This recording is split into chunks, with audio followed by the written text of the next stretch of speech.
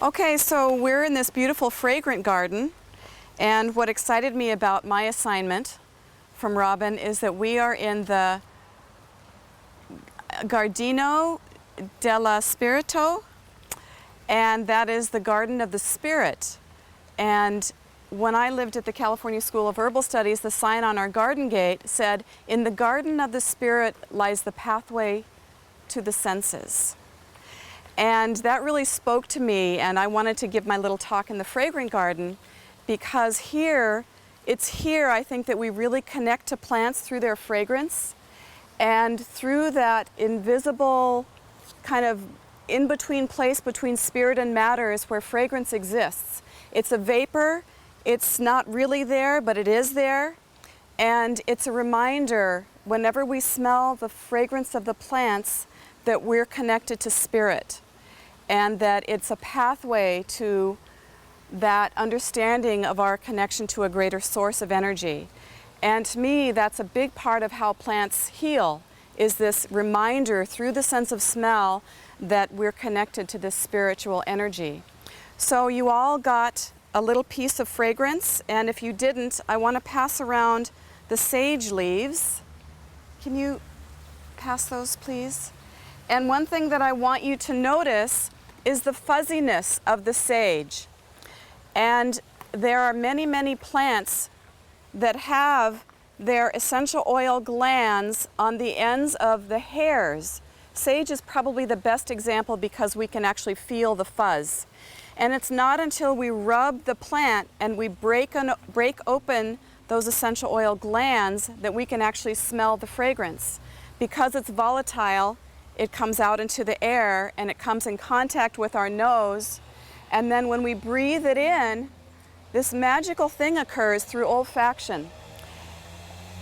And as the fragrance comes into our nose, it binds with olfactory receptor cilia at the base of the bridge of the nose, and a message is fired to the limbic system about the chemistry, the messages that are contained within the plant. And from that, there are different chemical reactions that kind of occur in the brain. Different neurotransmitters respond to the different chemistry of the plant, of each plant, and actually physiological changes can happen in the body just by smelling the fragrance of a plant. So when you read about how smelling a rose or smelling geranium or some other plant can help to balance or normalize hormones, this is how it's occurring. Or if you read or hear about a certain fragrance being stimulating or relaxing, it's because of the chemistry that's contained in the essential oil of the plant and the response that the brain has. Also, when we smell this, the fragrance of the plant is inhaled, and there's an exchange in the lungs into the bloodstream. So you can get aromatic molecules into your bloodstream through your brain and through your nose, through the lungs. Also, when you apply essential oils to your skin, they get in through the skin too. But really we're focusing on the sense of smell. So what I'd like you to do, if you still have your smell on your hands, is to put down your notebooks for a moment. And if you just have the sage, or just grab another plant, you're sitting, most of you, in front of very fragrant plants, and just take a little tiny bit and hold it in your nose and take a deep breath the way Robin taught us in our yoga practice, and close your eyes and just hold it over your nose and take about 3 or 4 breaths.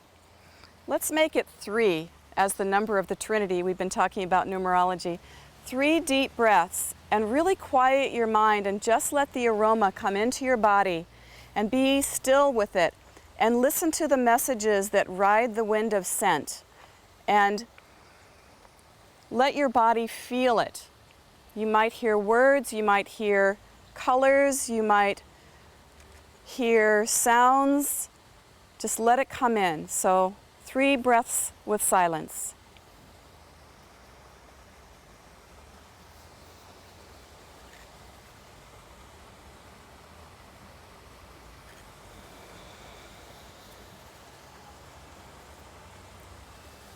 And open your eyes slowly.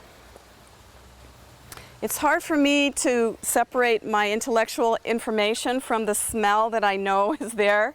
But what I get from sage, it's very deep, it's very strong, it's not light and subtle, it's intense. And so what it says to me is that it is an old plant, it has a lot of wisdom.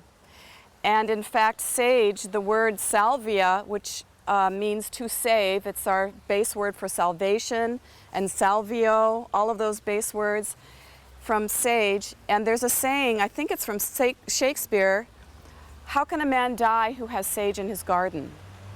And so basically it's a association with the overall healing properties of sage. So that's just one little bit about all the plants that are around you, and I encourage you to really think about them in a different way in terms of their sense of smell. This is another one of my favorites, the verbena. And lemon verbena. Lemon verbena. If you haven't smelled this, you must come by and rub it. And it's a fabulous, fragrant plant as well.